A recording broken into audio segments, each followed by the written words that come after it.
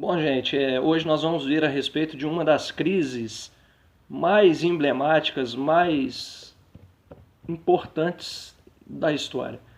A crise de 1929. Não existe, momento mais oportuno para falar a respeito de crise, uma vez que estamos passando por essa pandemia e estamos vendo aí o reflexo, esse impacto que está surtindo aí na economia devido a vários fatores, dentre eles muitas lojas fechadas, muitas atividades comerciais paradas, por conta dessa pandemia, e isso vai ter um reflexo financeiro, já está previsto isso. Mas a história é interessante, vale destacar, até mesmo por esse fato. Por que eu quero dar um destaque antes de nós iniciarmos de fato a respeito dessa crise de 1929?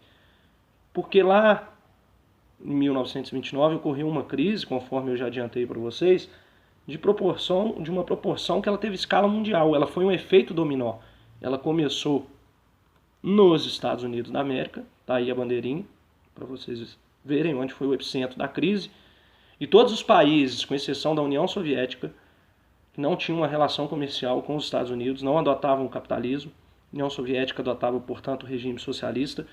Todos os países tiveram aí um efeito, foram atingidos por essa crise.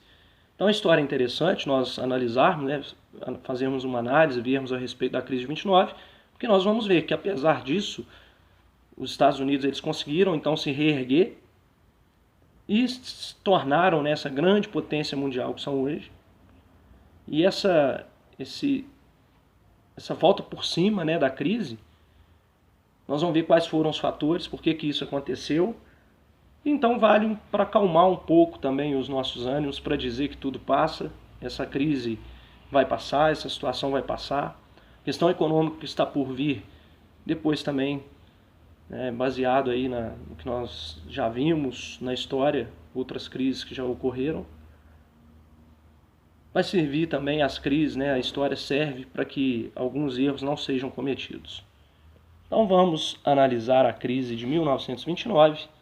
A definição para a crise, uma grave crise do sistema capitalista, então, portanto, os países que adotavam o capitalismo. O local da crise, o epicentro da crise, Estados Unidos, no ano de 1929, e que ela teve uma propagação para todo o mundo, conforme eu disse, com exceção da União Soviética. Então tá aí, a União Soviética foi o único país que não foi atingido por essa crise, pelo fato deles adotarem um sistema diferente, adotar o sistema socialista, portanto, passaram aí de boa nessa crise, sem serem atingidos por ela. Bom, mas antes nós precisamos entender, então, como é que estava, quais eram os antecedentes, como é que estava o mundo, principalmente os Estados Unidos, anterior a essa crise. Olha só, o comércio internacional, então, Estados Unidos tinha uma relação de compra e venda, uma relação de importação e exportação em toda parte aí do mundo, nesse período. Nos Estados Unidos produzia-se muito,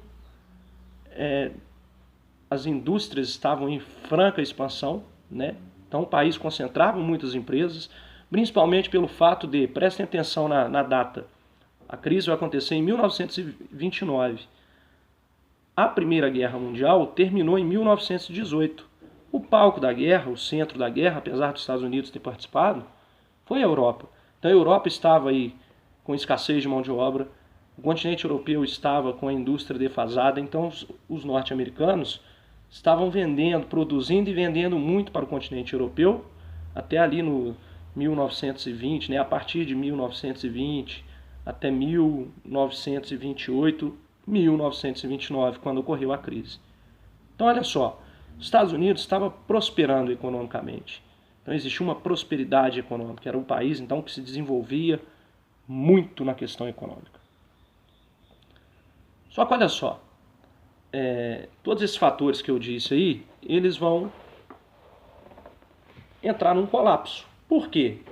Quais foram os fatores da crise? Vai começar no setor agrícola uma recuperação da economia europeia muito rápida. Eu falei aí que os Estados Unidos estavam tendo uma relação aí com o continente europeu, Porém, eles vão lá a partir de 1929, né? No finalzinho de 1928, a partir de no início de 1929, eles vão se recuperar.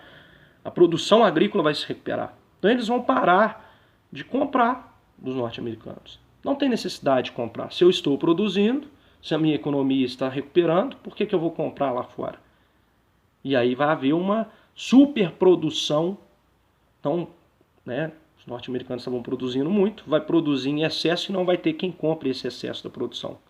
Então, olha só, olha a matemática aí. Ó. A produção crescia mais que o consumo. Produzia-se mais do que tinham pessoas para consumir. Então, era uma matemática aí que não fecha, uma conta que não fecha. Produz-se muito, mas não tem quem consuma isso. Começa então no setor agrícola, depois vai para os outros setores da indústria, né? E aí a crise vai aumentando. Olha só, no dia 24 de outubro de 1929, numa quinta-feira, que ficou conhecida na história como Quinta-feira Negra, vai haver o crack, a quebra da Bolsa de Valores de Nova York. O que é a Bolsa de Valores? Vocês já devem ter visto aí nos jornais, né? Quanto que tá, às vezes os jornalistas falam, né? Fazem até chamadas ao vivo de dentro das bolsas de valores, em São Paulo, por exemplo, e aí fala quanto que está cotado o dólar. As bolsas de valores são investimento, quem tem dinheiro investe nessas bolsas. Torna-se ali um sócio de alguma empresa, né? Então o que as pessoas fizeram? Como a qualidade de vida lá nos Estados Unidos estava ótima, muito bem, obrigado, e como era um país que estava prosperando economicamente, muitas pessoas investiram na bolsa. Porém, devido a esses fatores que eu disse, a forte e rápida recuperação econômica da Europa, as bolsas vão perder valor. Então vai haver uma crise. Olha só, as ações elas perdem valor. E aí, só para vocês terem ideia, vai haver um aumento do desemprego. 85 mil empresas, vou repetir, 85 mil empresas nos Estados Unidos decretaram falência. 4 mil bancos fecharam as portas. Então vejam por trás disso aí quantas pessoas não perderam o emprego. Por trás dessas pessoas aí, olha só, não é só quem tem uma ligação direta com as empresas. O dono do mercadinho da esquina sofre com isso, o dono da loja de sapato, da loja de roupa, todos vão sofrer com essa crise econômica. Pra vocês terem ideia, houve uma queda de 50% do PIB, que é o Produto Interno Bruto do país.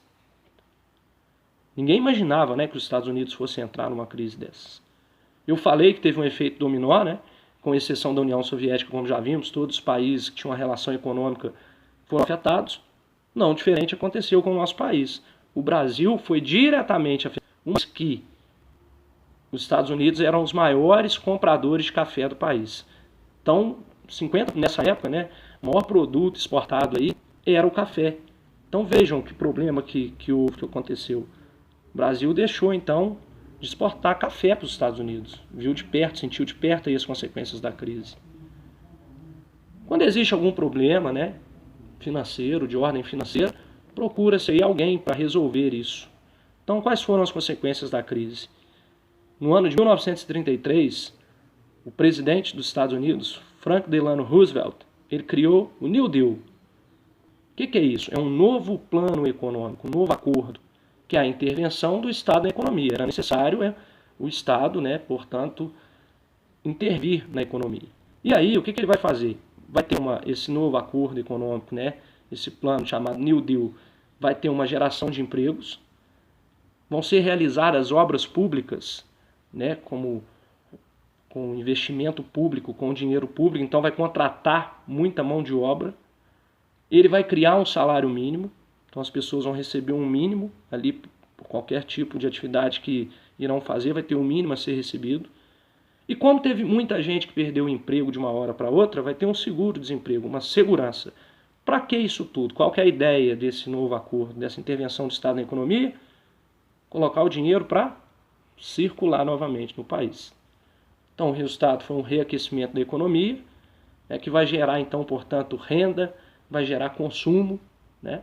Se eu tenho dinheiro, eu vou comprar, eu vou voltar a consumir.